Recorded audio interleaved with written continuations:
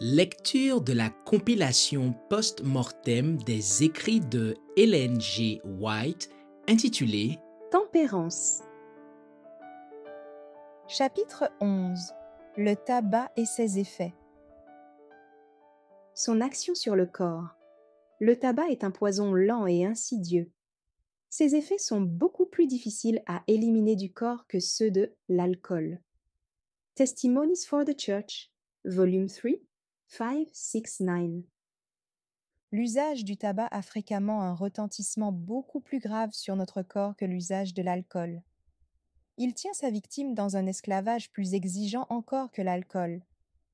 L'habitude en est plus difficile à vaincre. Dans de nombreux cas, il empoisonne encore plus profondément le corps et l'esprit que les boissons alcoolisées. C'est un poison plus subtil. Testimony for the Church, Volume 3, 562. Ceux qui font usage de tabac sont coupables devant Dieu. Quelle que soit la forme sous laquelle on en fait usage, le tabac agit sur l'organisme. C'est un poison lent. Il affecte le cerveau et émousse les perceptions, de sorte que l'esprit n'est plus à même de discerner clairement les choses spirituelles, particulièrement les vérités qui auraient pour effet de corriger ce vice. Dieu n'approuve pas ceux qui font usage du tabac sous quelque forme que ce soit. En pratiquant une telle habitude, il ne leur est pas possible de glorifier Dieu dans leur corps et leur âme dont il est le maître. Lorsque les hommes ont recours à des poisons insidieux qui ruinent leur santé et corrompent leurs facultés spirituelles, Dieu ne peut pas leur donner son approbation. Il se montrera miséricordieux à leur égard tant qu'ils pratiqueront cette habitude en ignorant le mal qu'elle leur fait. Mais lorsque, après avoir été éclairés, ils continueront à satisfaire leurs penchants, ils seront coupables aux yeux de Dieu. Counsels on Health 81. Diminution de la résistance physique. La puissance régénératrice de Dieu est à l'œuvre partout dans la nature. Lorsqu'on se fait une coupure ou une fracture, la nature se met immédiatement à l'œuvre pour guérir la blessure et préserver la vie humaine. Mais il peut arriver que le corps soit en si mauvaise condition que la nature se trouve gênée dans son action et ne puisse accomplir sa tâche. Si l'homme fait usage de tabac, le pouvoir de guérison de la nature s'en trouve plus ou moins affaibli. Medical Ministry, Ilven. Semailles et moisson. Que jeunes et vieux se rappellent qu'à chaque transgression des lois de la vie, la nature réagit en protestant. Les conséquences affecteront les facultés mentales aussi bien que les facultés physiques. Mais elles ne frapperont pas uniquement l'insouciant coupable, elles atteindront aussi ses descendants. Ce legs de tares héréditaires se transmettra jusqu'à la 3e et à la 4e génération.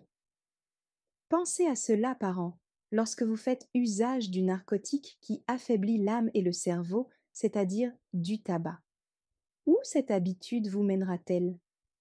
Qui d'autre que vous-même en pâtira? The Signs of the Times, 6 décembre 1910. Chez les enfants et les jeunes gens, l'usage du tabac cause un mal incalculable. Les pratiques des générations passées les atteignent. Les parents leur lèguent la débilité mentale, la faiblesse physique, le déséquilibre nerveux et des besoins contraires à la nature. Ces mauvaises pratiques, entretenues aussi par les enfants, en augmentent et en perpétuent les déplorables conséquences.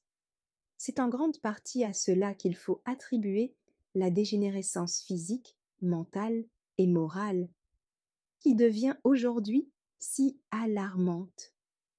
De petits garçons commencent très tôt à fumer.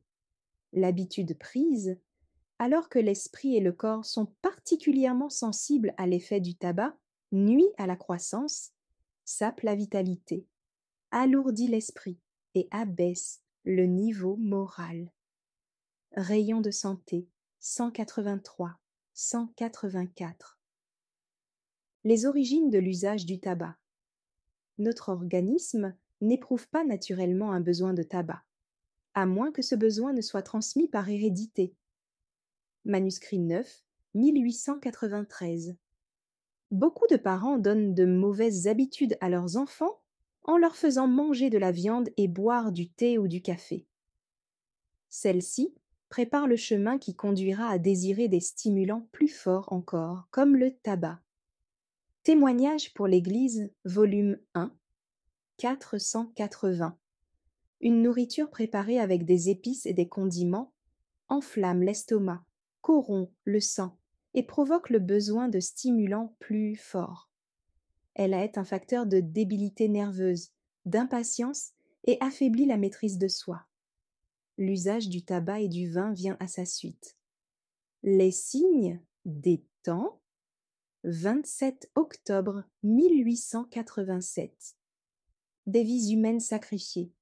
L'alcool et le tabac troublent le sang et des milliers de vies humaines sont sacrifiées chaque année à ces poisons. The Health Reformer, novembre 1871. La nature fait de son mieux pour lutter contre le poison qu'est le tabac. Mais il arrive souvent qu'elle soit vaincue. Elle abandonne sa lutte contre l'intrus, et la vie est sacrifiée dans ce conflit. Manuscrit 3, 1897. L'usage du tabac, un suicide. Dieu réclame de nos jours la pureté du corps et du cœur avec autant de rigueur qu'à l'époque où il donna à ce sujet des directives précises aux enfants d'Israël. Si Dieu fit preuve d'une telle exigence lorsqu'il imposa la pureté aux enfants d'Israël qui voyageaient dans le désert et vivaient en plein air, il ne demande rien de moins à nous qui demeurons dans des maisons fermées où les impuretés s'éliminent moins aisément et ont une influence plus malsaine. Le tabac est un des poisons les plus insidieux et les plus néfastes. En effet, son action excite les nerfs, puis les paralyse. Il est d'autant plus dangereux que ses effets sur l'organisme sont lents et à peine perceptibles au début. Des milliers de personnes ont succombé à son action toxique. Lentement mais sûrement, elles ont mis fin à leur jour en faisant usage de ce poison. Et nous nous posons la question: quel sera leur réveil au matin de la résurrection?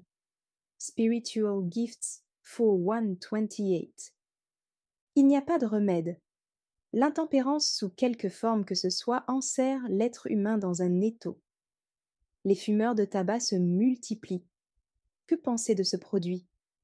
Il est toxique, c'est un narcotique. Il engourdit les sens, il annihile la volonté. Ses victimes sont esclaves d'habitudes difficiles à vaincre. Il a Satan pour avocat. Il obscurcit la faculté de discernement et empêche de distinguer le péché et la corruption de la vérité et de la sainteté. L'usage du tabac équivaut à un suicide. Il provoque le désir d'un stimulant plus fort, les boissons alcoolisées qui rendent ivre. Lettre 102A, 1897. Merci d'avoir écouté cette lecture. Si vous avez des questions ou des remarques sur le thème abordé, n'hésitez pas à les partager dans les commentaires et notre équipe ne manquera pas de les considérer. À bientôt sur lereste.org.